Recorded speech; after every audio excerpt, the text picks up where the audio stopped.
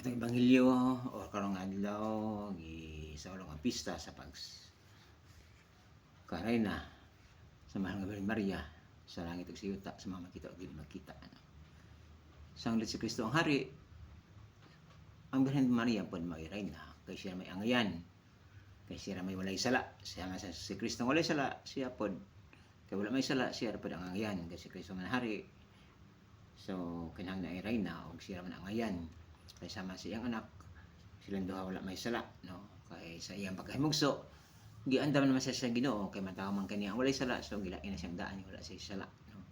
Wala ang Birhen Maria, no? So karong adlaw gisaulog ang iyang pagkarayna. Rayna siya sa langit ug sa yuta sa mga makita ug dili makita, no? Wala man ta kay ang Dios gamanan kayo nagbuhat siya makita, nagbuhat pa siya dili makita, no? Kung mao man ang mahal nga Birhen Maria, no? Mga nga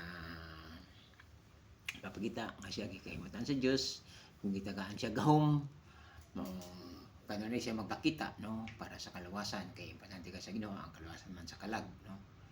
Dili man siya malipay nga daghan makalag wala kay kadaugan man kana sa kaaway man ang Birhen Maria.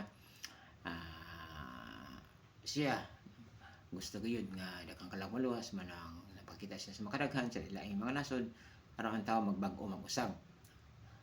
Ilang hinumduman ang ilang immortalidad nga dili sila hayop nga ang katapusan ng kamatayon kundi ang tao immortal kay gikan man sa Dios. So buhat sa Ginoo sa tao, iyang giporma ang yuta sa tao o iyang gihuypan gatagan niyang immortalidad. Kinabuhi sa Dios iyang gihatag sa tao pinagi sa paghuyop o mao kana ang tao nga tao immortal. Kay immortal nga dili magpadayon sa pagkakalibutan kundi pagkalangitnon maguna-una sa ikaduhang kinabuhi. Kay luoy kay ang tao kun mamatay siya nga nagpadayon siya sa pagkawalay alamag,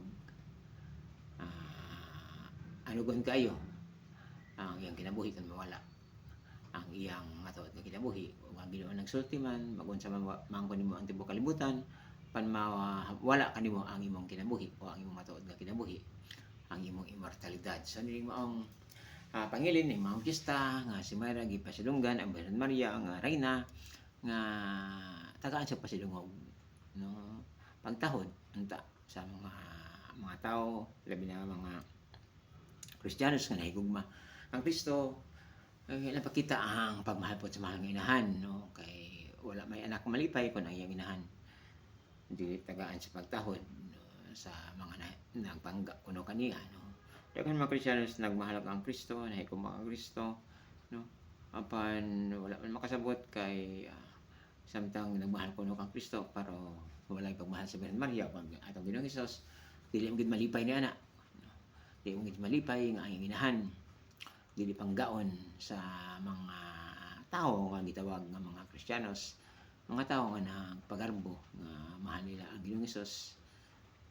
Apan sa pagmahal kun ang usa ka inahan wala mahala sa pagpundili sa tao, kun mahal nato ang usa ka anak, mahalon na nato ang gimahal sa anak nga mao ang inahan, no? Dili man pwede nga mahal nato ang anak unya wala kita magmahal sa inahan sa mga anak nato gimahal. Kay dili man gid siya malipay, dili man siya mahimot kun dili mahalon ang iyang pinanggang inahan tungod kay ang inahan may nagdala kaniya sa iyang pagkatao, nagatiman kaniya diha sulod siyang tiyan giatiman hangtod nahimugso o mamagana, no? Ang tawag gayud nga ang mga anak mag-ilagid siya kung utang sa ngato sa inahan, utang nga dili mabayaran, no? O usa ka dautan ka na ang anak kung dili magpangga siyang inahan nga diin siya gikan sa taguangkan o sa sabakan siyang inahan.